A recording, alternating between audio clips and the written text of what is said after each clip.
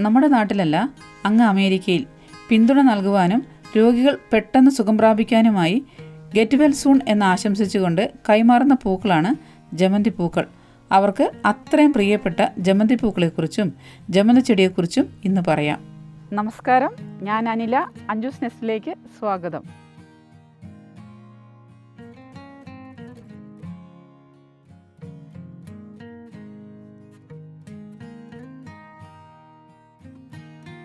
ഞാൻ വളർത്തുന്ന ജമന്തി ചെടികളാണ് ഇതൊക്കെ.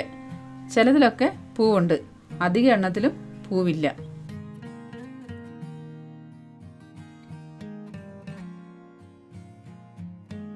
ഇതൊക്കെ മഴ കൊള്ളാതെ വെച്ചതാണ്. ഇത് മഴയത്തിരുന്നതാണ്.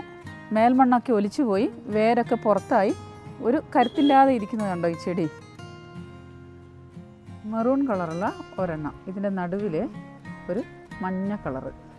ഇതൊരു ലൈറ്റ് റോസ് കളറുള്ളതാണ്. പക്ഷേ പൂ വിരിഞ്ഞ് കുറച്ച് കഴിയുമ്പോൾ വെള്ള കളറിലേക്ക് വരും. ഇതിൻ്റെ ഇതളിൻ്റെ സൈഡിൽ ഒരു മെറൂണിൻ്റെ ചെറിയൊരു കളറുണ്ട് കേട്ടോ. ഇത് നല്ല വെള്ള കളറ്. ഇതിൻ്റെ ഇതളുകൾ ശ്രദ്ധിച്ചോ, എന്തൊരു ഭംഗിയാണ് അതിൻ്റെ അടുക്കുകൾ കാണാൻ. ഇത് നല്ല മഞ്ഞ കളറാണ്. തുടങ്ങുമ്പോൾ ഒരു ഓറഞ്ചിൻ്റെ കളർ, ഓറഞ്ചും കൂടി ഒരു കളറൊക്കെ വരും. പക്ഷേ അത് കുറച്ച് വിരിഞ്ഞ് വരുമ്പോഴത്തേക്ക് ആ മഞ്ഞ കളറിന് ഒരു ഫെയ്ഡൊക്കെ വരും, ഒരു ഇളം മഞ്ഞ കളറിലേക്കൊക്കെ എത്തി വരും. എൻ്റെ തോട്ടത്തിലെ ഏറ്റവും കുഞ്ഞൻ ജമന്തി കേട്ടോ ഇത്. ഇതൊരു 3 ഇഞ്ച് ഉയരം വെക്കുകയുള്ളൂ. പക്ഷെ നിറച്ചും പൂ വിരി, ഒരു bushy ആയിട്ടിങ്ങനെ നിൽക്കും. ഇത് വയലറ്റ് കളറുള്ള ഒരു മൊട്ട് ജമന്തി. വളരെ ചെറിയ പൂക്കളാണ്.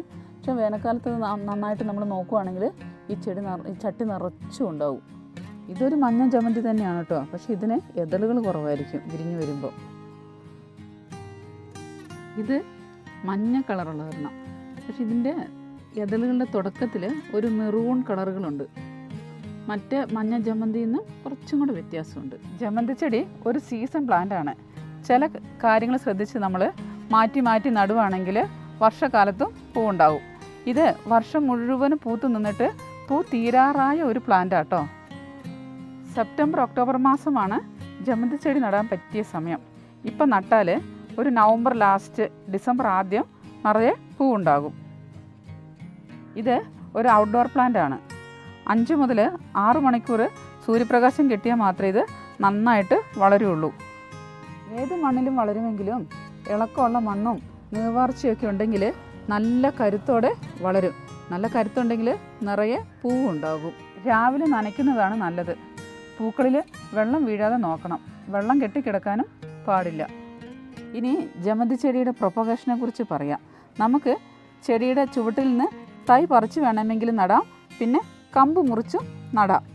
ഞാനിപ്പോൾ ഇതിൻ്റെ ചുവട്ടിൽ നിന്ന് ഒരു തൈ എടുക്കാൻ പോവുകയാണ്.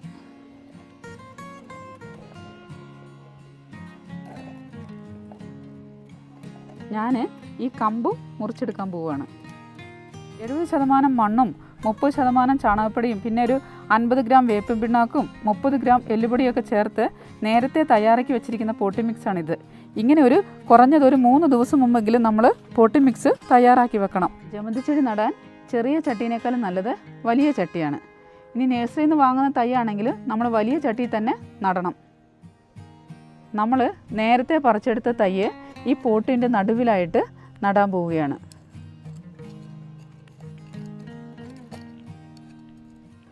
ഇനി ഇതിൻ്റെ അടിയിലുള്ള ഇലകളെല്ലാം അടർത്തി മാറ്റിയിട്ട് നമുക്ക്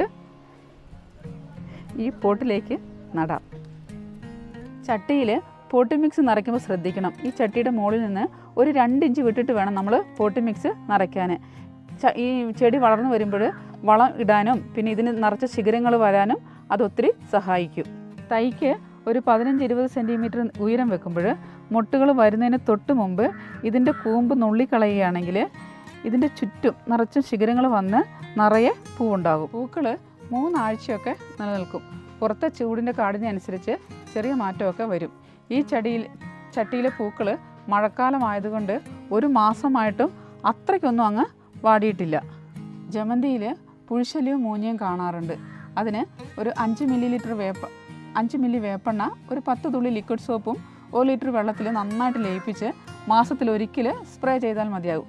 ഞാൻ അങ്ങനെ ചെയ്യണത് കൊണ്ട് എൻ്റെ ജമന്തി ചെടിയിൽ മൂഞ്ഞയോ പുഴുക്കളോ ഒന്നും ഉണ്ടാകാറില്ല.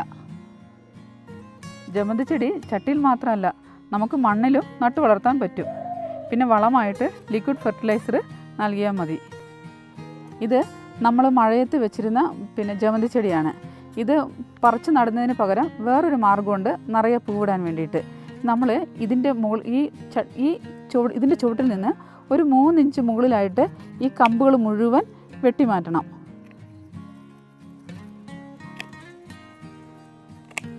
എന്നിട്ട് നമ്മൾ നേരത്തെ തയ്യാറാക്കി വെച്ചിരുന്ന ഈ പോട്ടിമിക്സ് ഇല്ലേ, അത് ഇതിൻ്റെ ഉള്ളിലേക്ക് ഇട്ട് കൊടുക്കണം.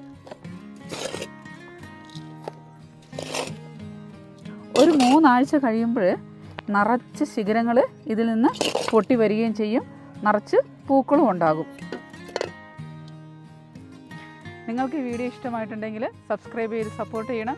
പിന്നെ എന്തെങ്കിലും നിർദ്ദേശങ്ങളോ അഭിപ്രായങ്ങളോ ഉണ്ടെങ്കിൽ കമൻറ്റ് ചെയ്യാൻ മറക്കരുത്. പിന്നെ കൂടെ കൂടണം.